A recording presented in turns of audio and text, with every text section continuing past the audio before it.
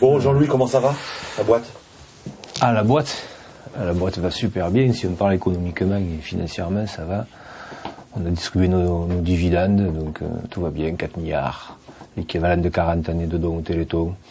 Tout va bien. Pas mal? Ouais, pas mal, ouais. Ils ont fait mieux, non, il y a des années? 4 milliards, c'est peu. Non, 4 milliards, non. 4 milliards, c'est fait partie des gros scores pour Sanofi. Donc Macron, il a raison de s'appuyer sur elle, sur Sanofi. Ouais, il a raison. Il a raison de donner sa souveraineté, on va dire, du médicament, sa souveraineté thérapeutique à la France, à Sanofi, pardon. Oui, Sanofi, parce que voilà, la France, c'est pas gagné. Ouais, parce que plus il donnera de souveraineté à Sanofi, plus les actionnaires pourront se gaver. Voilà. Mais en étant plus sérieux, effectivement, la problématique aujourd'hui, c'est que Sanofi est en train de se désengager un peu partout. On prend par exemple la recherche, vous avez annoncé des choses qui... Écoute, en recherche, il a déjà été annoncé un gros plan de suppression de postes. Alors, Sanofi parle plus de licenciement ou de plan social. Sanofi parle de plan de suppression, parle de suppression de postes et de départ volontaire. Donc là, oui, il va y avoir des départs à hauteur de 1100 sur l'Europe, sans compter les départs à venir qui nous ont pas encore été annoncés pour la recherche. Mais déjà, on sait que le Sanofi va perdre un site de recherche en plus, qui est le site de Strasbourg, où l'activité est transférée sur le site de recherche de Vitry. Et là, ça veut dire quoi, ils recherchent, ça impacte quelle recherche en fait? Parce que 1100 c'est énorme. Ça impacte tous les axes thérapeutiques. Les dernières dates qu'on a abandonnées, ce sont tout ce qui est axe thérapeutique sur les antibiotiques. Sanofi il s'est totalement désengagé de ces axes-là thérapeutiques. Et effectivement, on se désengage par exemple aussi du cardiovasculaire, on se désengage petit à petit du diabète.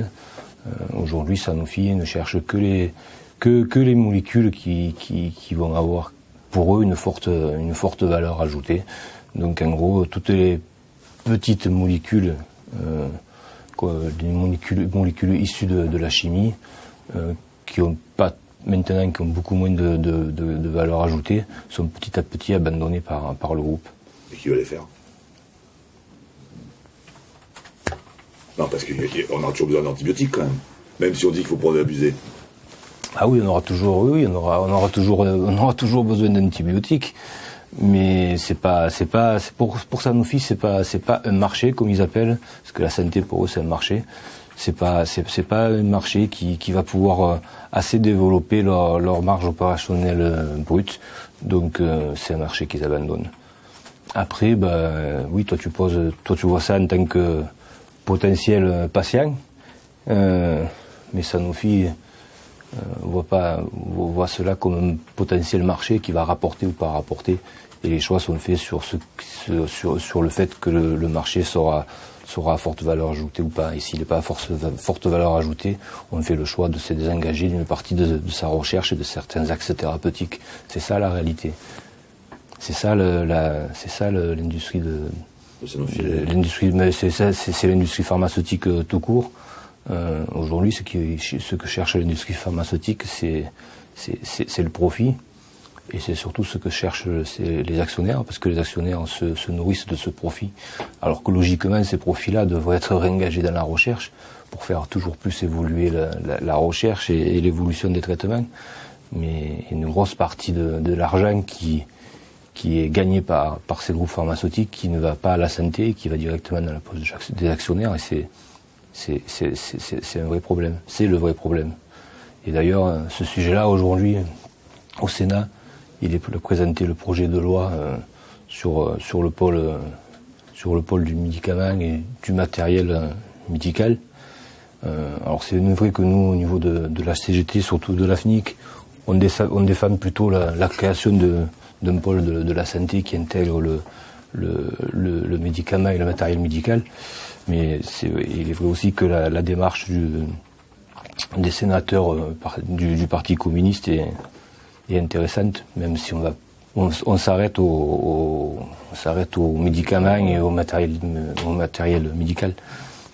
Bon, c'est un premier pas en fin de compte. Enfin, on engage le débat. Parce qu'en fin de compte, le débat il est là. C'est à demander comment on devient souverain. Souverain de la fabrication des médicaments, de la distribution, y compris...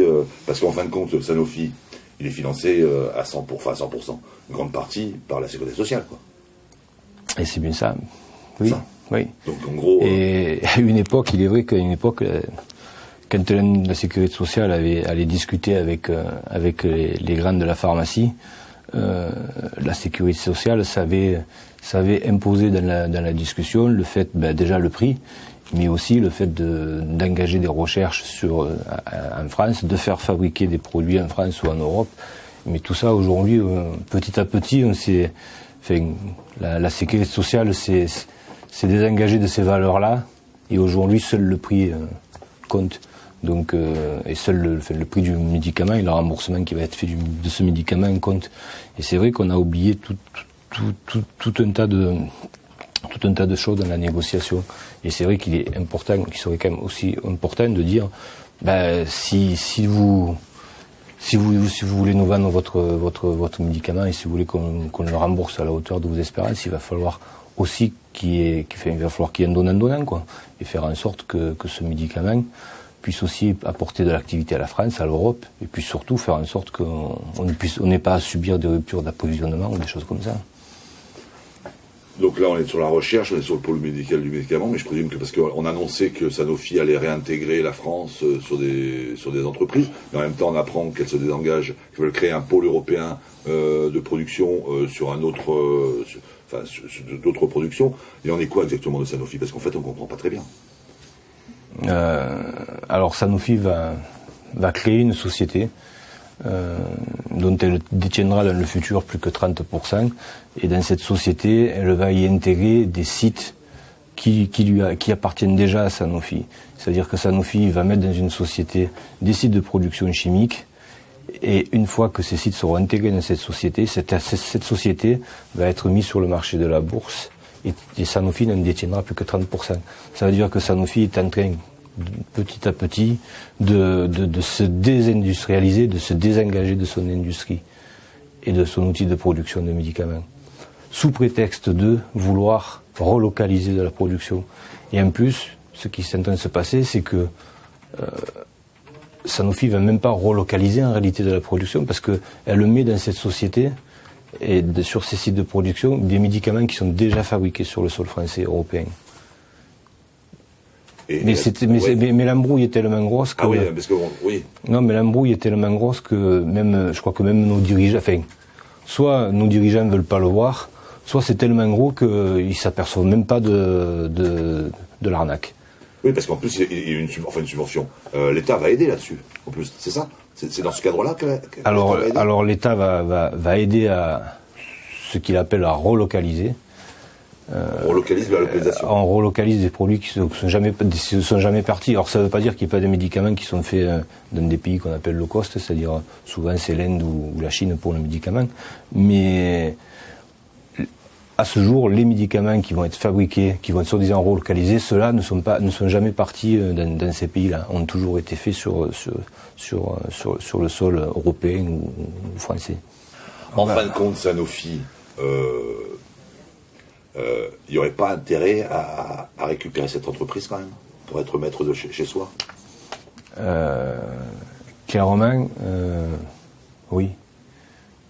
Se réapproprier l'industrie pharmaceutique, faire une réappropriation sociale de l'industrie pharmaceutique, il n'y a que cela qui peut nous sauver.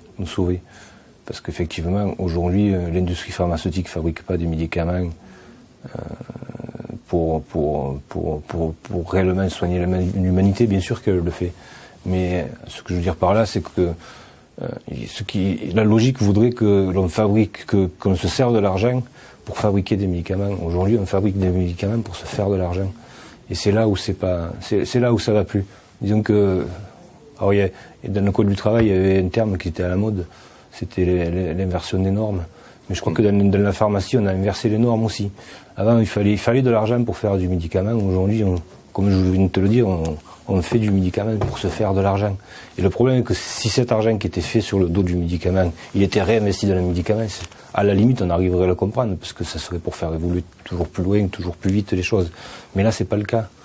Moi, encore une fois, on a commencé par ça, je vais finir par ça, mais je peux pas comprendre qu'on soit dans un pays où il y a un groupe pharmaceutique comme Sanofi qui se permet de donner 4 milliards d'euros à ses actionnaires, et que là, le week-end dernier, on soit encore à faire des chèques au Téléthon, quoi. Il y a quelque chose qui va pas. Et on peut pas non plus être dans un pays où un laboratoire pharmaceutique donne 4 milliards d'euros à ses actionnaires et avoir des soignants qui se protègent en mettant des sacs plastiques. On a pu le voir au printemps dans les hôpitaux. Souvent je le dis, mais on a quand même l'impression de marcher un peu sur la tête, quoi. Fallait le dire. Ouais, voilà.